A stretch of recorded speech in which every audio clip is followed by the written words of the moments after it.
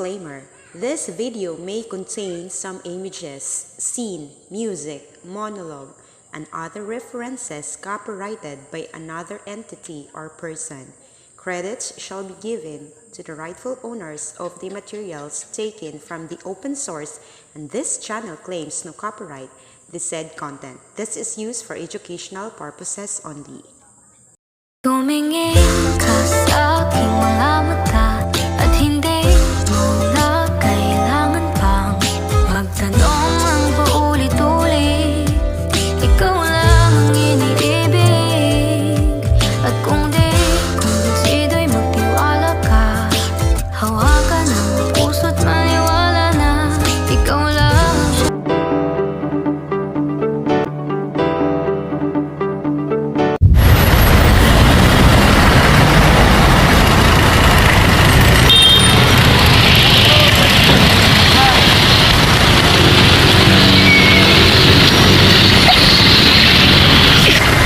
Hey, good morning, brother. Good morning too, bro. How are you? Honestly, I'm thinking of having a temporary stop of my driving, bro. Really? Why? Because the fuel price is already really high. And because of this, my daily income is not enough to provide my family daily needs. Although, there's an increase of passengers fare, but it is not enough. So, what is your next plan? I don't know, but maybe I'm looking for another job as a sideline. I really feel you, bro. I hope that the government will resolve this problem quickly. Okay, bro. See you.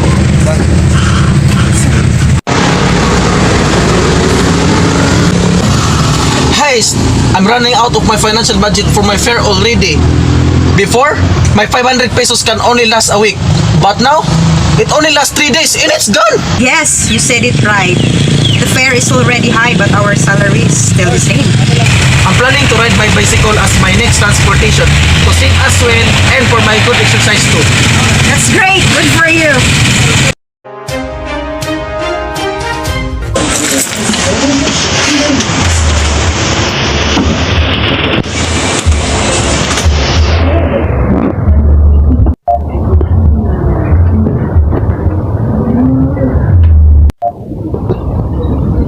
Good morning, Mother. Good morning to my dear daughter. Mother, I need 500 pesos for our Type B uniform. I'm sorry, dear, but honestly, we're facing a big problem right now. Why, Mom? What happened? Your father is decided to stop from driving from his jeepney, and right now, he is looking for a job. I have a difficulties in budgeting our financials, enable for us to survive our foods, until your father found a new job. What are we going to do, Mom? We both decided to let you stop going for school this semester, until everything is being settled down. No, Mom. There's no need for me to stop going to school. I will go to Miss Rosella's store and ask her to give me a job, because recently I heard that she need a helper. That's a great idea, my dear. Yes, Ma'am. I have a part-time job, and at the same time, I continue my study and graduate this year. I have to go, Ma'am.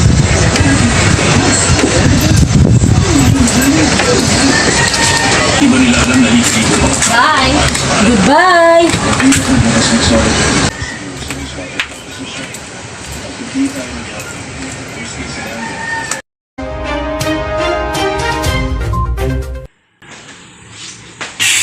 Good morning, sir. Good morning, Your Excellency. Good morning. Let's take a seat. Our agenda for today, sir, are all about the dilemmas that our nation is facing right now. The rising prices of fuels and primary commodities products. As my advisor, what do you think, Mr. Baginat? Your Excellency, as a father of our nation, I humbly advise you to make a public statements regarding in this matter.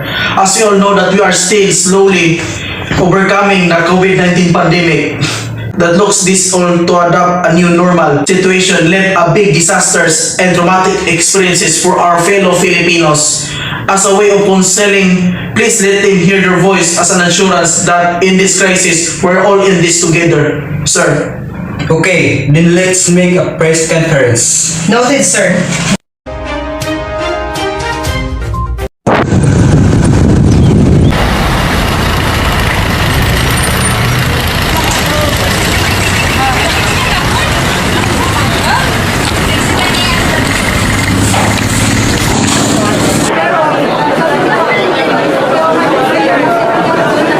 Good morning, Mrs. Makapunot. Good morning to Miss Roseles. How much is this rice cost? It's already 60 per kilo. Oh really? Why a sudden high change of price? It is just 30 peso last week. Oh God, it's getting harder for someone like me. The poor is getting poorer. Just give me 3 kilos of rice.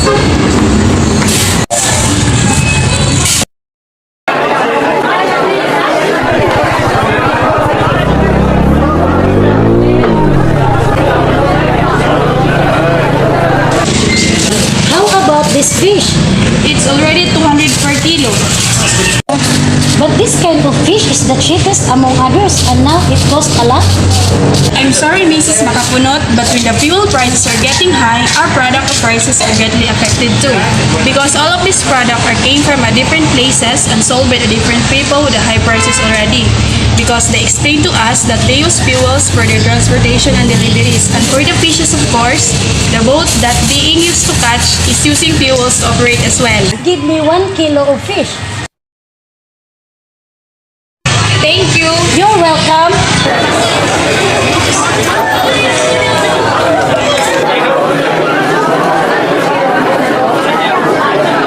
Guys, I really don't know what to do in order to budget this for 1 week with my family.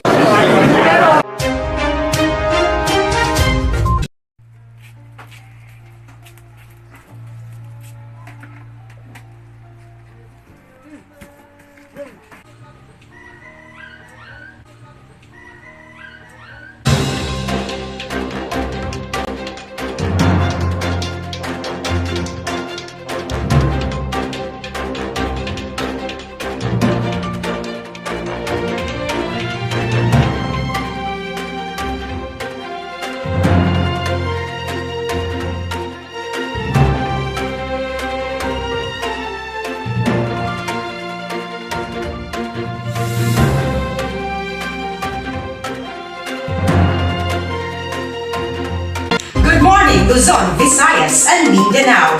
I am Arden Fuentes Pindijo, your anchor on GFD News, bringing you the best of all nation news. And for today, November 24, 2022, inflation in the Philippines rose to 6.1% in June, nearly double the figure from the same month last year, with an overall increase in fuel costs, helping to drive up prices for basic commodities, the government said last Tuesday. The transportation sector contributed heavily to the surging prices as the costs fell by 17.1%, up from 14.6% in May, according to Philippine Statistic Authority. Gasoline and diesel prices worldwide have risen as a ripple effect of Russia's invasion of Ukraine. In the Philippines, the price shock is deeply affecting drivers of Metro Manila's ubiquitous jeepneys. Let's hear from Ms. Roseles live at Metro Manila.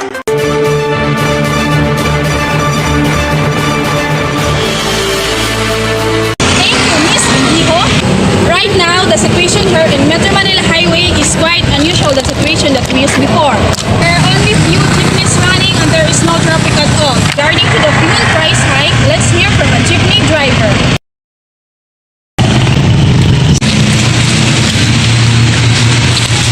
Hello sir, good morning. What is your name? I am Leo Di Prioles. So how long did you be a jeepney driver? It's only 5 years. Oh, how is your life situation as a driver since the fuel price got high price than before? Before the fuel price hike, I could easily earn about 2,000 pesos on a good day. I wonder if Filipinos can really get out of this crisis. Only hubs are saying that the life is getting better. But for us, the poor, it's always the same. Thank you so much, sir, for your time. And that's all for now. Back to studio.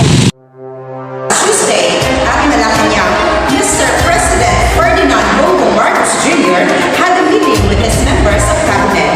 With regards to this matter, let's watch this.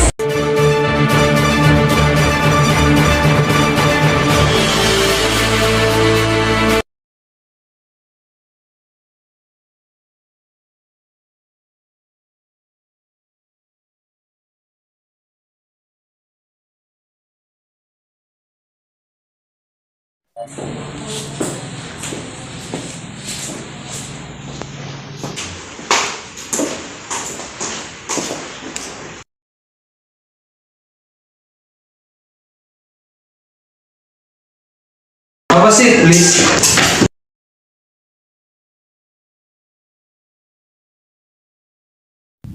Ladies and gentlemen, what are the specific plans do you have in order to cope up the issues of fuel price hike and rising basic prices of commodity products? The Department of Trade and Industries issues the new suggested retail prices for basic necessities and prime commodities. The price guide of 218 SKUs under DTI's jurisdiction was published in the Philippine Star on 11th of May 2022.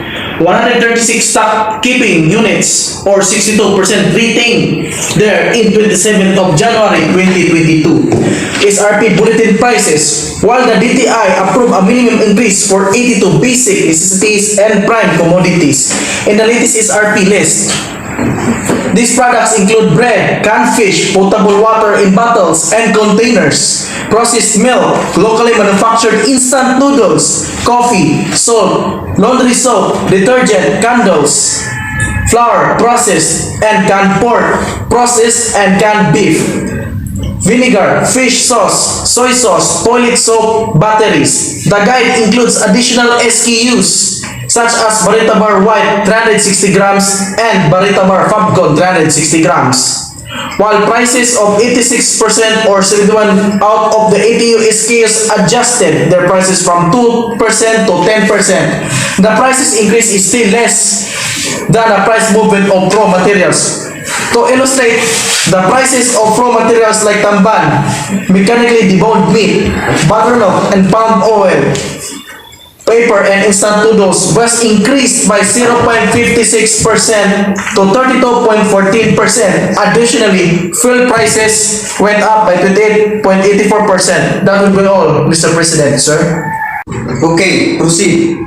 Following the Republic Act 10963 or the Tax Reform for Acceleration and Reduction or Train Law, the government is currently imposing an excise tax rate of 10 pesos per liter for gasoline and 6 pesos per liter for diesel. I hereby filing a bill that aims of cushioning the impact of high gasoline and diesel prices by applying progressive excise taxation on fuel.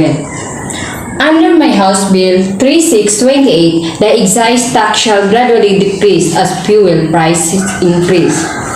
The bill proposes that if the price per liter for unleaded premium gasoline is 50 pesos or less, the excise tax shall at 10 pesos.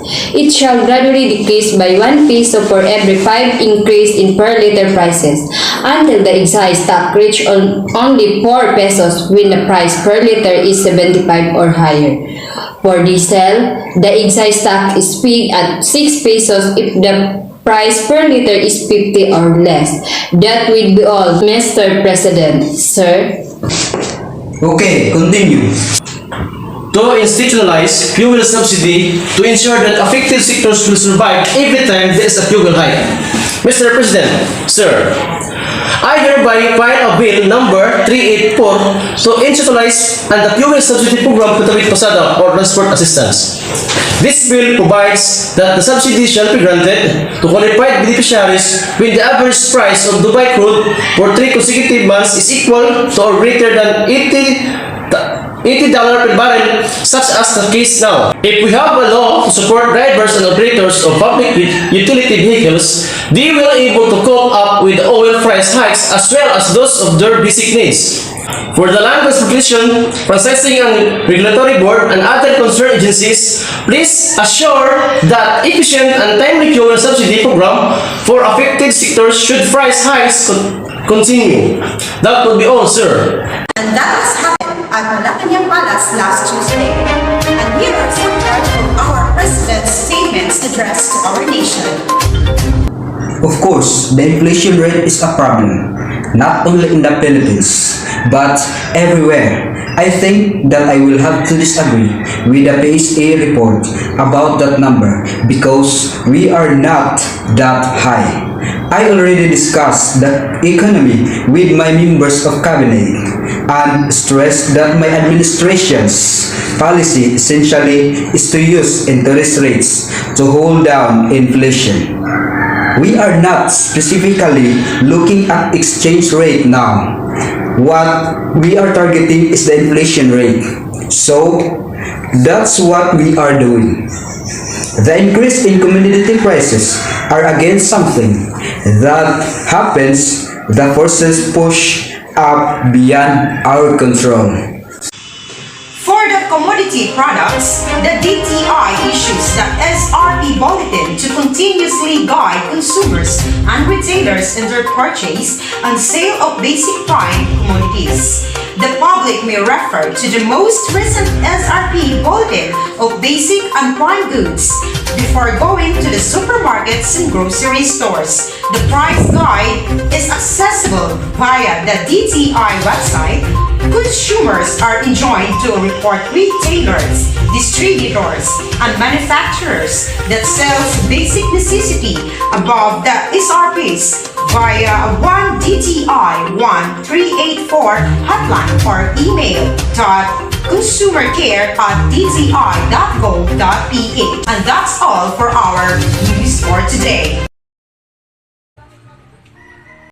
Oh, thank you, Mr. President. I hope that the government will quickly respond for those problems that may arise in the future, just like this time. I thank you, every one of you.